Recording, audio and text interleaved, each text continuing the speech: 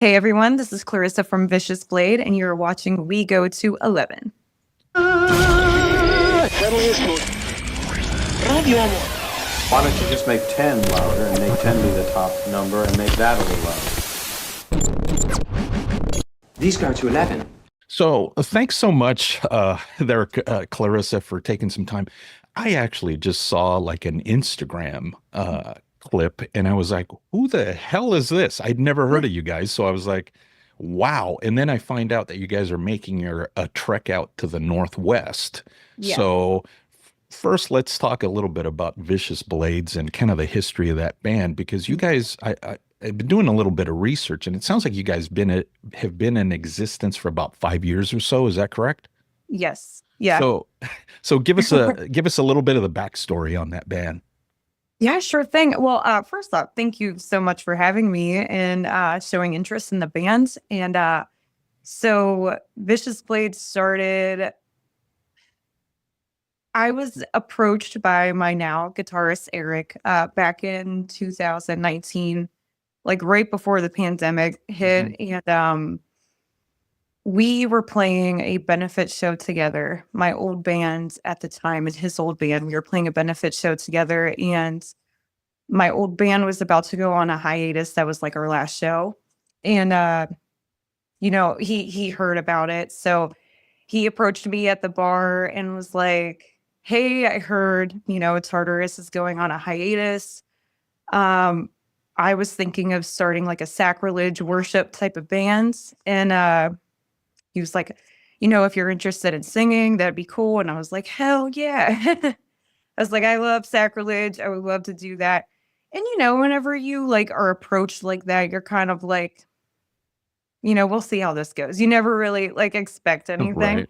So I was like, that sounds like fun. And, my expectations were pretty low. But it turned out like it like exceeded my expectations. Like everything we've been creating so far, like I'm super proud of. Like, we got together, we wrote like an EP's worth of songs, like when we first got together.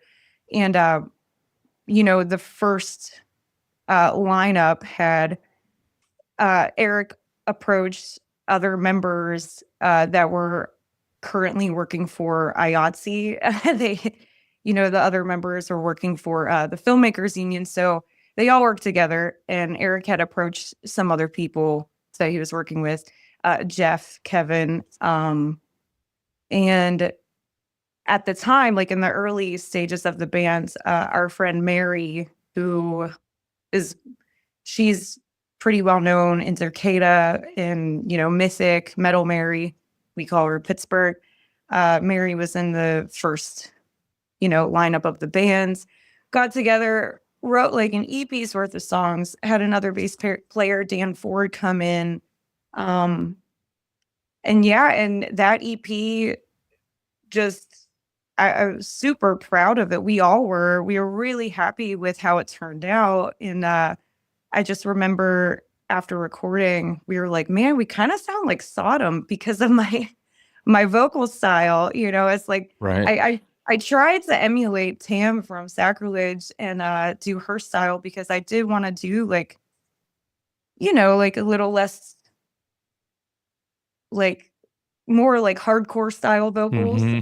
to make it sound different. Like I really wanted to try to make it sound different. But after, we recorded, I'm like, nah, this sounds, I really like the way this sounds and this is my style. So, we'll keep writing stuff like this, like kind Right. of Sodom and like Sure. Destruction and, like stuff Hmm. like that. So, Yeah, it does have that. It's almost like, is it thrash? Is it bordering on the death metal or on the hardcore? You know what I mean? It's got like those three elements in there, and it kind of mixes it up nicely, I think, for people that are fans of either or all three. right. Well, I mean, yeah, we're all influenced by all of those genres. So I think it's cool that we have like all of that going on.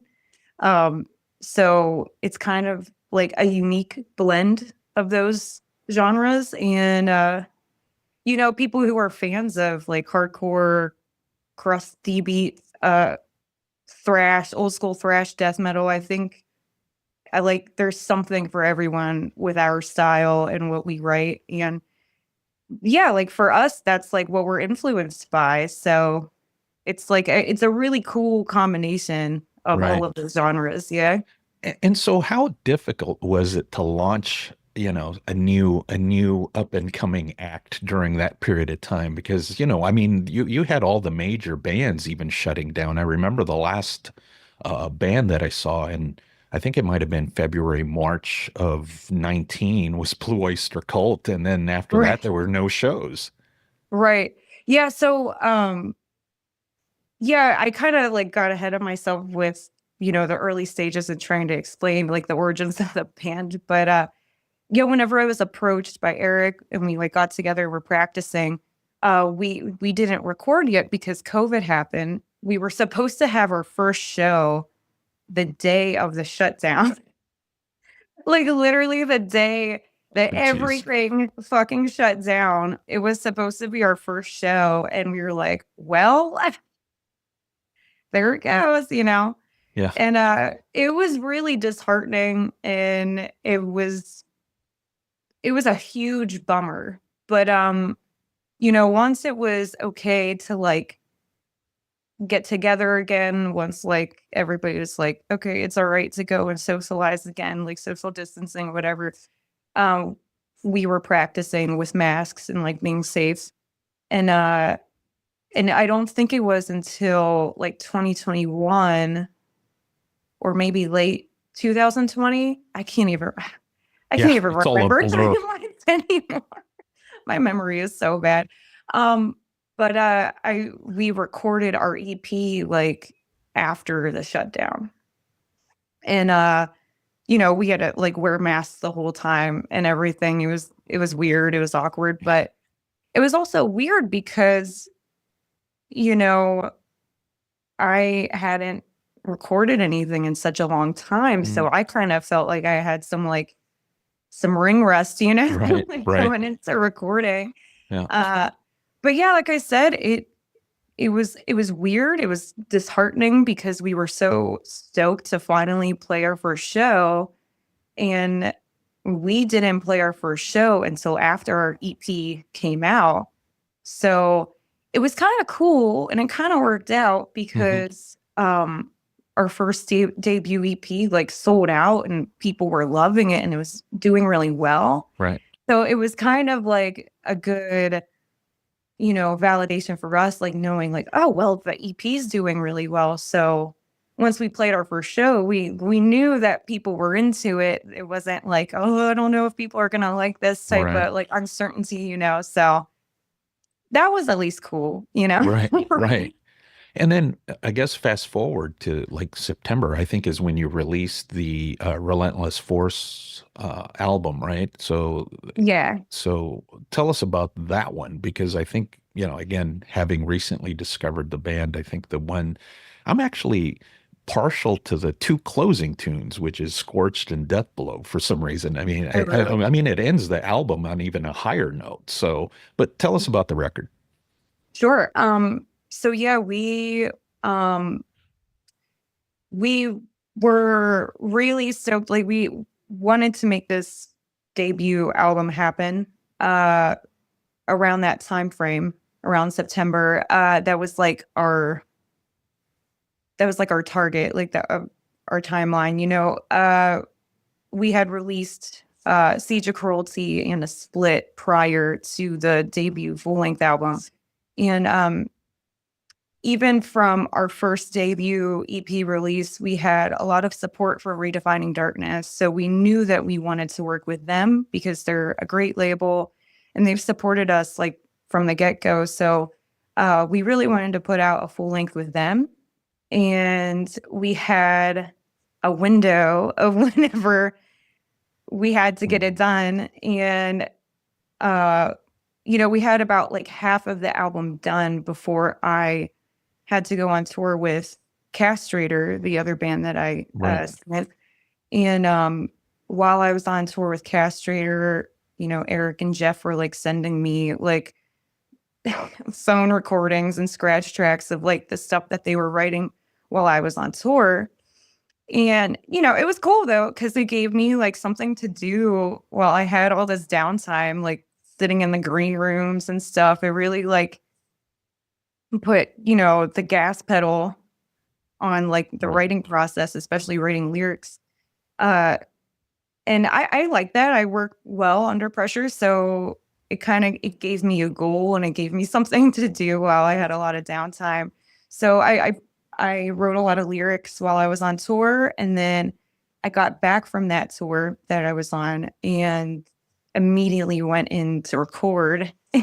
Oh, I know, right? So Right. like half of the songs I was like, okay, I know these songs like the back of my hand, and then the other half I'm like, here we go. Right. Here goes So, nothing. Let's so go. how much effort and work did you have to put into the stuff that you weren't as familiar into as I mean, obviously there was half the album music that you were pretty familiar with and just knocked Right. it out of the park, and then there was stuff that you probably had to take some shots at it several times, huh? Yeah, well, I mean, surprisingly, not a lot of shots. Like I was kind of just like, all right, press record, here we go. Okay. Uh, you know, but that, like I said, that's just, I'm so used to working that way that I actually think even at times I do better working that way. Like Okay. just like go, just doing it. Like no thoughts involved, just just go and recording. Um, yeah, I mean, it was a little nerve-wracking because I Hmm. was like, I don't know how these songs are going to line up or if they're going to work like cadence wise with like the lyrics and stuff like that. But while I was away and writing these lyrics, like I really made sure they were like formatted to the song structure. So yeah, like I said, I was pretty confident, but it was weird hearing, you know, applying the Ah, vocals and the right. patterning to the music. Listening to it in your head is Sure. one thing, and then like Right. doing it is like, and you know what I mean? Okay. It's another thing. But it Was worked it almost out. like syncing it up or something? I mean, the way you described it, it's almost like syncing something perfectly so it matches up. Exactly. Okay. Totally. Yeah. Huh. Yeah. It's, like the cadences and the rhythms in your head are different than actually like doing it because with this vocal style or just singing in general, like there's a lot of breaths that you have to take and, Mm. pauses to breathe. And sometimes there were some moments in the songs where I'm like, man, I really didn't give myself a chance to breathe while writing these Right. lyrics. Right. And So, I kind of like regret that now, like playing these right. songs. I'm like, oh my God, I'm like out of breath. So, But, specifically for Blasphemous Conjuring and okay. Nocturnal Slaughter. Yeah. So for yourself, I mean, what do you feel is the standout performance on the album? I mean, as far as the vocal performance for yourself. Oh man, that is so hard. I am very happy with all of the songs. Like I am Hmm. so proud of not only like every like Kevin, Jeff, Eric, Justin, like they all killed it. Hmm. And like everything just sounds so good. And Mario did an incredible job recording us. He was amazing to work with. Um, and I feel like that was like the best vocal performance that I've Hmm. ever done Hmm. recording. Like I really Okay. felt like I did a really like that was, the best recordings that I have done vocally. And but as far as like the standout songs, Hmm. man, I would say Blasphemous, Conjuring, and Nocturnal Slaughter because Okay. it's intense. Like vocally, like I said, I didn't really give myself any time to breathe Right. writing these lyrics to these songs, but I really like the way that they turned out and like the delivery of it. And I think a Right. lot of other people enjoy those songs as well. Hmm. Yeah. I mean the entire album, and I think has to be there's something to be said about doing a short and concise album and then the sequencing. I think all that's pretty important. I think I'm not such a big fan of all these albums that kind of go beyond the 10 track, because that Totally. opens up the opportunity for a lot of filler. And I don't know if you Totally. guys took that into account or whether you had excess material. You're like, we're going to cut this and add that. I don't know. Yeah, we all, we don't have collectively, like all of the members in the band, we do not have a good attention span. Uh, and most of the stuff that we write, I think we write keeping like a fan perspective in mind. And even like whenever the band started, I knew like for my part, in my contribution to the band, I wanted to write stuff based off of what I would want to see and hear in a band. And what I want to hear in a band is like all killer, no filler. I Right. don't have a great attention span, so I want like this I Yeah. want the song to be fast and like to be like intense and that's it. Like I don't like when shit drags on. I'm not a Hmm. fan of that stuff. I mean, I am like I love Right. slower stuff like doom, black metal. In but there's a time and place for that whenever you're listening to that kind of stuff. And like for my current lifestyle and just how I am in general, like I just prefer faster, Right. aggressive music. And Right. I don't really want to listen to shit that drags on or like comes up No, no, short. no, no typo negative.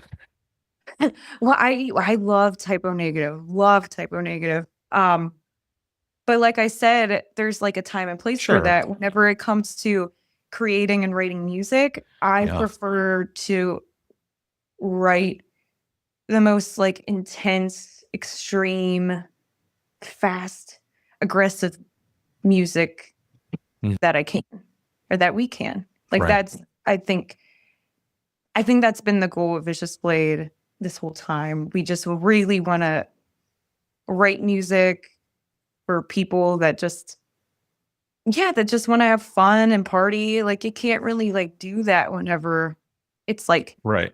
mid is like sort of Oh like yeah. you know what I mean? Like Yeah, yeah, yeah, just yeah. I mean, like typo negative isn't going to motivate you to get out of bed in the morning and go to work. You no, know? it's gonna do the opposite. Right. Right. Right. And you're right. I mean, I think that type of music is great, but you have to be in the mood for it and Totally. and yeah, it's yeah, the Yeah, mindset. exactly. Totally. Yeah. And I think with Vicious Blade, um, I think our music, I, I hope it motivates people. Sure. I want it to. I want it to Right. motivate people, to energize people, to make people feel good you know, and yeah, writing really fast, aggressive music like that. And especially for our debut release, Hmm. I think it just like it's short, sweet, and to the point, you know? 30 Like, minutes. I mean, I think that's I no, I mean, I think for a thrash album, that's perfect. That's like the amount of right. time and I don't know if it's a formula or whatever, but that's what always seems right, I think, about a 30 Mhm. minute amount collection of music and that'll always do the trick. Mhm. Yeah. Totally. Like that's what I look for in thrash specifically. It's like, Hmm. no, I want it to be fast and that's it. Right. So what are some of the old school bands that you're really into? I know that some of it is some of the hardcore, some of the more current stuff, but what about if we're looking at old school thrash or, or death metal or any of those Oh subgenres? my God. There's so many, like the list goes on and on. But I for like thrash, obviously like Slayer. I've been in love with Slayer since I was like 15, you Yeah. know, and they're just so evil with their themes, and Mhm. it's just so perfect. And like the first couple of albums are just, in my mind, they're just flawless, and I love them so much. And you know, Sodom, of course, I mentioned Right. Sodom. Right. Sodom is another huge inspiration, especially for Vicious Blade. Um, you know, Destruction. Uh, when it comes to death metal, Mhm. oh my God, there's so many. And Right. Cannibal Corpse Oh, was, you right. know, huge for me whenever I was younger. Arch Enemy, I discovered when I was like 13 in a Mhm. magazine, and that's the reason why I sing. You Mhm. know, I was like, that's what I want to do. Uh, and so, Deicide, Okay. Bolt Thrower, you know, Right. it just goes on and on. All the classic Sure. old school like bands from the 90s, Pestilence. You know, I could keep going, but all That the that's a lot you of know, that's quite the list. I mean, that's some good stuff right in there. Lots of great uh catalogs that you can dive into. yeah. I mean, all of those bands are the old school bands are what really influenced me, because Mhm. I feel like their sound was so genuine, because most of them just like didn't really know what they were doing. And um yeah, it's just like a very genuine approach to their creating, like their creations and like their style and everything. I love it so much. I love like all of the thrash and death metal forms in its infancy, because it's Right. just, yeah, it's just amazing. And everybody is influenced by that. Everybody creating music nowadays is influenced Right. by the, you Mhm. know, the first stages of those genres. So Sure. Yeah, it's like yeah, the classic rock of, I mean, it really is. It's classic metal, right? So, exactly. y- Um, oh, go ahead. oh, sorry. I wanted to mention like Nasty Savage too. Like I Oh, love right. they were a huge inspiration for me, and I always keep them in mind, like creating Vicious Blade stuff, because Hmm. I just love like Nasty Ronnie's stage performance, and even like looking at pictures from the past, like his gear, like his whole Oh, yeah. stage performance is just like, it's the shit. It's Right. amazing. I Right. love I love Yeah. it so much. Like the combination of like wrestling and thrash metal Hmm. is just, it's so perfect. Right. And yeah, uh I'm very influenced by that band, inspired by that band. So Right. And I was going to mention, because you mentioned Castrator, so you're kind of juggling two bands, right? Two bands. yes. So how do you work that out? And I mean, that's got to be tough, right? Trying to It's juggle two tough. different bands. It's really tough. You know, I joined Castrator during like, it was like what, 2021? So yeah, like it was still like everybody is still cooped up in their houses and everything. Like no, but we still weren't allowed to do a lot of things because of COVID and the restrictions. And yeah, they approached me and asked if I would want to finish this album that they had written, like they had wrote like a few years prior, and it was Hmm. sitting. And they're like, you know, we just need a vocalist to finish this album. And I was like, yeah, I'll do it, you know?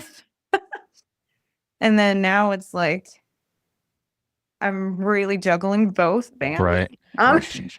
Yeah. now I'm like, oh, okay. But I really try to channel like solely my death metal influences into Castrator vocally. Mhm. And I try to create that like difference because it is a different approach for me vocally. Like I'm Mhm. constantly trying to outdo myself and like sound more guttural, more brutal, and like challenge myself in that way, in which we just finished recording our new album. And I feel like I did that. I'm very proud of like what I did vocally for the new Castrator album. And yeah, it's just I really try to approach the bands in a different way. Like, Mhm. okay, I'm gonna sound like super brutal and guttural for Castrator. And then for Vicious Blade, I'm going to, bring out some of the like hardcore shouty vocals and like not dial it back, but like have a different approach, have more of a thrash Right. hardcore approach vocally to Vicious Blade. Um, Sometimes like the more guttural stuff bleeds over into Vicious Blade. Right. And yeah, it's by accident. Like I'm not trying to, Right. but sometimes it just comes out live. Like, we just had a show at the beginning of the month of February. Mm. And I hit like this low note in Death Blow. Oh, And everybody's like, holy shit, your voice sounds so much different. I was like, yeah, I just recorded a Castrator album. And it's like, wow. yeah, I'm like, I was trying to make my death metal vocal Right. sound more guttural, so it didn't really sound like my Sure. thrash vocal. Oh, jeez. I'm like, yeah, Oh, wow. yeah. Would you have a third band in you? And if so, what genre would you tackle in that band? Jesus Christ. I mean, would you do classic metal, classic rock? I You don't know know. what? Maybe you go I would, off script and do like pop or something. I don't know. why not? I mean, maybe not pop, but like I would love to do something, a third band. Hmm. Not now, but like Right. eventually. Down the way. Totally. Either like, Do Me or even like, Mm. Amelin the Sniffers, Okay. like I like more punkier, Okay. sounding, but something different for sure. I would love to, you know, uh explore those Right. territories for sure because that's just how I am. Sure. I don't like to limit myself and I like to try new things and Hmm. I I have such a broad um taste in music within like, metal, punk, rock. Sure. But I love so many of the subgenres within those categories, Hmm. and I'm influenced by all of them. There's so many people that I know that are like, oh, I don't like doom metal or Hmm. I don't like this, I don't like that. And I was never that kind of person. Like I like so much of, Right. of rock, metal, punk, because that's like, it's like really all I listen to. Right. Right. So I Nice. like all of the different subgenres within those Hmm. genres. Mhm. Sure. Just have to be in the mood for it, right? Like, I mean, we were talking about Totally. earlier, right? Yeah. So you guys do have some upcoming appearances at some pretty big events. So I guess there's going to be the Metal Beer Fest, and Exodus is going to be on that bill. And Mhm. then Northwest Terror Fest would, oh my God, it sounds like a horror convention. But I tell know. us about those and what people can expect from you guys when you hit the stage. Well, so I have attended a few of the Decibel metal and beer festivals in the past, and the lineups are always killer. Hmm. Um, and I'm a huge fan of Decibel. I've been collecting Decibel magazines since I was like 15 years old. So it is like it's a huge honor for me. It means a lot to me that we're playing this festival. Like I can't even believe it. Like it's so surreal to me that it's even happening. But I am very excited that it's happening. We're playing the second day, Funeral Leech, Sanja, Eternal Champion, Demolition Hammer, Exodus. I hope I named all the bands, but that's the second day. Right. And we're opening that day. And we're also we're collaborating with New Trail Brewing, and we're going to have like our own beer for the festival. Wow. A double IPA. It's going to be called Relentless Hops. And so yeah, we'll be having that, and it's just it's fucking killer. We're opening for like Exodus is playing Bonded by Blood in its entirety. Right. Saw that. That's fucking that's wild. I'm so fucking excited to not only be playing that, but like as a fan, right, getting to watch that. Like I'm really, really, really excited.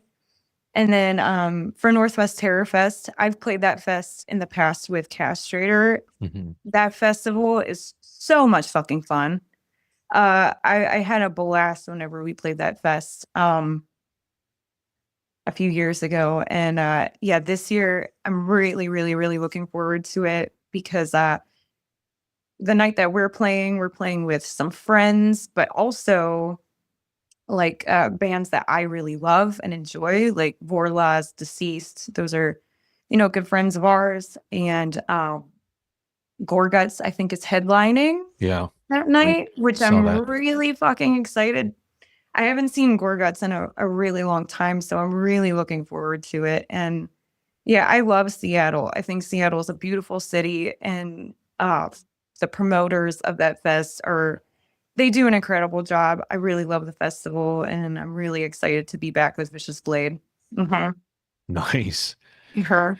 I don't know if we missed anything. I think I off the top of my head, I think we covered a lot of ground in a little bit of time. But this is going to be for We Go to 11, which I don't know. You're probably familiar with Spinal Tap, right? Spinal Tap. Yes. So totally. Spinal Tap. So at the tail end of this whole thing, I always ask people to describe or share a Spinal Tap-esque type moment that they've experienced. I don't know if anything pops into your mind off the top of your head, but I'm sure there's probably something. There's been so many, especially with Vicious Blade, because we are like a goofy group of people, and we just always find ourselves in really weird situations, but we always make light of it, and it's always really funny to us. I mean, it's really hard for me to think of like specific things. I'm probably gonna be upset later and be like, oh, I should have said that. But every time we play out of town, our drummer, Kevin, anytime we get pizza or he orders a pizza, for some reason, it's always like absurdly thin crust, like paper thin pizza, like cracker pizza. So, that's always like a really funny thing, whenever that happens on top of like tours and stuff, because it's just like another added layer to like chaos. And we're just like, why every time you order a pizza, it's like cracker crust? Like, what the fuck is going on? That's like an inside joke with us. Something that could be along the lines of a Spinal Tap moment. So got it. But yeah.